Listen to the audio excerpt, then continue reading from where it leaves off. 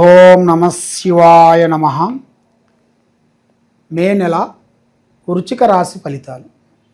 ఈ వృశ్చిక రాశిలో ఉండవలసిన వాళ్ళందరికీ అదృష్ట యోగం, ధనప్రాప్తి యోగం, లక్ష్మీ యోగం, నక్షత్ర యోగం, స్థానయోగం. స్థానయోగం అనగా ఇల్లు ఇలా జాతక యోగంలో చూసుకుంటే ఒక స్థాన చరణం అనేది ఇల్లు తీయాల్సింది కానీ కట్టుకోవాల్సింది కానీ ఇలా జాతకంలో ఉంది. అదృష్ట గడియ ధనప్రాప్తి యోగంలో చూసుకుంటే అనుగ్రహంగా అనేది లేకుండా అయిపోతుంది. ఎందువల్ల అంటే లక్ష్మి అనేది ఇలా చేతిలో ఎక్కువగా నిలబడదు, వస్తుంది పోతుంది, వస్తుంటుంది పోతుంటుంది. ధనప్రాప్తి యోగంలో కొంచెం బ్రేక్ అయిపోయిన దానివల్ల వీళ్ళకి ఏ కార్యక్రమం అనుకున్నా ఆ కార్యక్రమం చేతికాడికి వచ్చి నోటికి అంతకుపోకుండా బ్రేక్ అయిపోతుంటుంది. అది ఈ నెలలో 15వ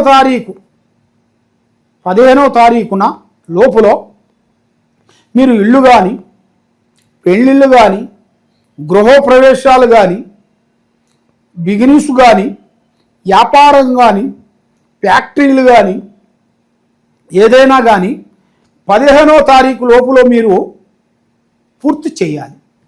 ఈ 15వ తారీఖు లోపల మీరు పూర్తి చేయకోకుండా నెక్స్ట్ 15వ తారీఖు నుంచి 30వ తారీఖు వరకు గ్రహాలు అనుకూలంగా లేవు. ఆ గ్రహాలు అనుకూలంగా లేని దానివల్ల మీరు మంచి చేయాలనుకుంటారు, అక్కడ చెడు అయిపోతుంది. ఆ విధంగా మీ జాతక యోగంలో ఈ విధంగా ఉంది కాబట్టి మీరు కొన్ని జాగ్రత్తలు తీసుకోవాలి. కాబట్టి విద్యాదారులకి మంచి విద్య ఉంది, వాళ్ళకి చదివిన విద్య, జ్ఞాపక శక్తి, మెమోరీ శక్తి, త్రికార శుద్ధి కరెక్ట్గా ఉంది. కాబట్టి విద్యారంగంలో కూడా అభివృద్ధి అనేది చాలా వరకు బాగుంది. మరి ఉద్యోగదారులకి మంచి ఉద్యోగము, దాంట్లో ప్రమోషన్, మార్పులు, పెద్ద పెద్ద కార్యక్రమాలు కొన్ని పూర్తి చేయాల్సినవి కూడా కొన్ని కనబడుతున్నాయి. మరి వ్యాపారదారులకి కొంత చేంజెస్ కొంత రాబోతుంది. చేంజెస్ అనగా ఇప్పుడు ఒక దుక్కును పెట్టారనుకోండి, అది కొంచెం లాస్ అయిపోయింది కదా, అది కాకోకుండా మళ్ళీ ఇంకోటి పెట్టడం, అది వీళ్ళ పేరులో కాకోకుండా వీళ్ళ పార్ట్నర్ పేరులో పెట్టడం, వీళ్ళ పార్ట్నర్ పేరు నుంచి వాళ్ళకి కలిసి వస్తుంది. లేదు వీళ్ళ పార్ట్నర్ పేరులో పెట్టుకోకుండా ఈయన భార్య పేరులో కానీ పిల్లల పేరులో కానీ పెట్టుకోవాలి. ఆ విధంగా వాళ్ళు పెట్టుకునేట్టుగైతే వాళ్ళకి వ్యాపార రంగంలో కూడా మంచి అభివృద్ధిగా వచ్చే మార్గాలు కూడా కనబడుతున్నాయి. మరి ఈ 16వ తారీఖు లోపల కల్లా పెళ్ళిళ్ళు కానీ, గృహప్రవేశాలు కానీ మీరు చేసినట్టుకైతే చాలా వరకు అద్భుతంగా విజయంగా ఉండే మార్గాలు కొన్ని కనబడుతున్నాయి. కాబట్టి మీకు వైవాహిక జీవితంలో చూసుకుంటే భార్యాభర్తల మధ్యలో కొన్ని సమస్యలు కొంచెం ఎదురయ్యే మార్గాలు కొన్ని కనబడుతున్నాయి. మరి కొన్ని సమస్యలతో పాటు మీకు ముఖ్యంగా మీ బంధువు మిత్రులతో కొన్ని సమస్యలు వచ్చే మార్గాలు ఉన్నాయి. మీ బంధువులు మిత్రులు మీ మీద ఎక్కువ అభిమానిస్తారు. మీరు ఎక్కువగా అభిమానం ఇచ్చిన తర్వాత మీ జాతక యోగంలో చూసుకుంటే ముఖ్యంగా మీరు సంపాదించిన ఆస్తులు కానీ, మీరు సంపాదించిన భూములు కానీ అది మీ కొడుకుల రూపంలో రాగానే అది ఏమవుతుందంటే మీరు సంపాదించిన ఆస్తి మొత్తం ఏమవుతుందంటే అది రోడ్డు మీదకి వచ్చేస్తుంటుంది. అది ఎవరి వల్ల వస్తుంటుంది?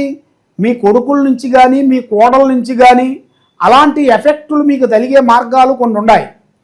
కాబట్టి మీరు ఎన్నో రోజుల నుంచి ఎంతో కష్టపడుకుంటూ కుటుంబ బాధ్యతలన్నీ ఈపు మీద వేసుకొని ప్రజాసేవ చేసుకుంటూ ప్రజల్ని అభిమానించి ఎవరికి ఏది చేయాలో అది చేసుకుంటూ వస్తుంటారు. కాబట్టి మీ ప్రేమ, అభిమానం, మీకు ఉండాల్సిన ఆస్తులు, మీకు ఉండాల్సిన మంచి పేరుని మీ బాబులు కానీ, మీ కోడళ్ళు కానీ దాన్ని చెడగొట్టి మీ జీవిత లైఫ్ని రోడ్డు మీదకి తెచ్చే మార్గాలు ఉన్నాయి. అది వరకు మీరు చాలా జాగ్రత్త పడాలి. చాలా జాగ్రత్త పడుకోకుండా ఉండేట్టుగైతే మీ జీవితం చాలా వరకు ఇబ్బందులు అయ్యే మార్గాలు ఉన్నాయి. మరి ముఖ్యంగా చెడు వ్యసనాలకి వెళ్తుంటారు. మీ బాబులు కానీ, మీకు బాబుకు సంబంధించిన స్నేహితులు కానీ కొంతమంది మిమ్మల్ని డిస్టర్బెంట్ చేసి మీ మీద కొంచెం కన్ను పెట్టి మీరు ఎదుగుతున్నారు, బాగున్నారు, మంచిగా బాగున్నారు, ప్రజలలో మంచిగా తిరుగుతున్నారు, ప్రజల్లో ఏదన్నా ప్రాబ్లం వచ్చినా కూడా వాళ్ళకి మీరు సాల్వ్ చేస్తున్నారు అని మీ మీద కొంచెం లేనిపోయిన కొన్ని కన్ను దిష్టి ప్రాబ్లం అనేది కనబడుతుంది. అంటే ప్రజా ఏడుపు, అంటే నరఘోష. ఆ నరఘోష వలన మీరు ఎంత సంపాదించినా ఎంత కష్టపడ్డా చెడము తీరిక ఉండదు, దమ్మిడ ఆదాయం ఉండదు. ఎంతో కష్టపడుతుంటారు కానీ దానికి తగ్గ ప్రతిఫలం లేకోకుండా అయిపోతుంటుంది. మరి అది ఎందువల్ల అవుతుంది, మరి ఏమిటా అని చాలామందికి చాలా సందేహాలు అనేది ఉన్నాయి. కాబట్టి మీ మీద ఉండాల్సిన ఈ గ్రహ ప్రభావం వలన ఏ కార్యక్రమం చేయాలన్నా ఎడు పోదామన్నా మనస్సు శాంతి లేకోకుండా ఉండటం, మానసికంగా కొన్ని ఇబ్బందులు పడటం, ఇలాంటి కొన్ని కనబడుతున్నాయి. కాబట్టి మీ శత్రువులతో కొన్ని ఇబ్బందులు కొన్ని ఎదురయ్యే మార్గాలు కూడా కొన్ని ఉన్నాయి. కాబట్టి మీ శత్రువులతో చాలా జాగ్రత్తగా ఉండాలి. మీ మిత్రులు కానీ శత్రువులు కానీ బంధువులు కానీ ఎవరైనా కానీ ప్రజల్ని ఎక్కువగా నమ్మకూడదు. దైవ పారార్థన చేయాలి. మహావిష్ణు పూజా బలం చేయాలి. ఆ మహావిష్ణు ప్రార్థన చేయాలి. ఆ మహావిష్ణు యోగాన్ని మీరు పాటించాలి. కాబట్టి దాంతో పాటు మీ మీద ఉండాల్సిన గ్రహశక్తుల్ని కొన్ని అయిపోవాలంటే శ్రీ కాలభైరవ స్తోత్రాన్ని మీరు చదవాలి. ఆ కాలభైరవ పూజా బలం మీరు చేయాలి. అది అష్టమి రోజున మీరు ఆ గుడికి వెళ్ళిన తర్వాత ఒక గుమ్మడికాయని మధ్యలో కట్ చేసి దాంట్లో ఉన్నది మొత్తం తీసేసి దాంట్లో ఒక ఉప్పు రెండు ప్లేట్లలో ఉప్పు పోసి ఆ ఉప్పు మీద అవి పెట్టేసిన తర్వాత 3 రకములైన నూనె, ఆ నూనెని దాంట్లో పోసి జ్యోతులు వెలిగించాలి. జ్యోతులు వెలిగించేసి చేస్తే ఉదయం చేయాలి లేదా సాయంత్రము చేయాలి. మధ్యాహ్న టైంలో చేయకూడదు. దానివల్ల మీరు చేసే మంచిదే మీకు చెడు అవుతుంది. ఎందువల్ల అంటే దానికంటూ ఒక టైం అనేది ఉంటుంది. ఆ టైంలో మీరు చేయాలి కానీ టైం మించిన తర్వాత మనం చేయకూడదు. ఆకలి అయ్యేటప్పుడే మనం భోజనం చేయాలి. ఆకలి మనకు కాకోకుండా మనం అన్నం తిన్నాం అనుకోండి, అజీర్ణం అయిపోతుంది. మనం ఇక దానివల్ల చాలా ఇబ్బందులు ఎదురవుతాయి. అదేవిధంగా పొద్దున కానీ సాయంత్రము కానీ ఆ టైంలో మీరు చేసినట్టుకైతే మీ మీద ఉండాల్సిన ఆ గ్రహదోషాలు కొంత శాంతం అవుతాయి.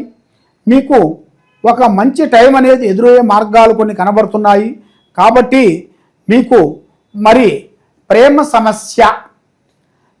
సమస్య చూసుకుంటే మీకు చాలా వరకు ప్రేమిస్తుంటారు కానీ మీకు అన్నీ రివర్స్ అయిపోతుంటాయి. ఎవరిని అభిమానిస్తారో వాళ్ళు మీకు తిరిగి దెబ్బ కొడుతుంటారు. ఎవరు ప్రేమించినా కూడా మీ మీద లేనిపోయిన కొన్ని మచ్చలు చెబుతుంటారు. అంటే లేనిపోయిన రీమార్కులు చేయటం, మీ మీద పెట్టడం, కొన్ని షికాకులు పెట్టడం, ఇలాంటి కొన్ని సమస్యలు ఎదురవుతుంటాయి. కాబట్టి మీరు ఏ కార్యక్రమం చేసినా ఎవరిని ప్రేమించినా కొన్ని జాగ్రత్తలు మీరు తీసుకునేట్టుకైతే మీ జీవితానికి ఒక మార్గము పరమార్థం అనేది మీకు విజయవంతమయ్యే మార్గాలు కొన్ని ఉన్నాయి. మరి ఆ దైవ అనుగ్రహాన్ని మీరు పొందండి. మరి ఈ కింద ఉండాల్సిన నెంబర్కి ఒకసారి సంప్రదించినట్టుకైతే మీ పేరుని బట్టి మీ ఇంట్లో ఏముంది, మీరు చేసే పనిలో ఏముంది, మరి మీ పక్కన ఉండవలసిన వాడు మీ గురించి ఏం ఆలోచిస్తున్నాడు, మరి మీకు ఏ దెబ్బ తీయాలనుకుంటున్నారు, మీరు చేసే ఆఫీసులో కూడా మరి మీకు ఎవరు ఇబ్బంది పెట్టాలనుకుంటున్నారు, మరి మీ భార్యాభర్తల మధ్యలో ఏం జరుగుతుంది అనేది మీ జాతక యోగాన్ని బట్టి జాతక చక్రం వేసి చూసి చెప్పగలుగుతాం. ఎలాంటి సమస్యకైనా ఒక పరిష్కారం అనేది మా దగ్గర దొరుకుతుంది. మీ సమస్య ఎలాంటి సమస్య అయినా కూడా ఒక్కసారి మమ్మల్ని సంప్రదించినట్టుకైతే మీ జీవిత చక్రం మేము వేసి చూసి చెప్పగలుగుతాం. సర్వో జనా సుఖినో భవంతు. ఓం నమః శివాయ నమః.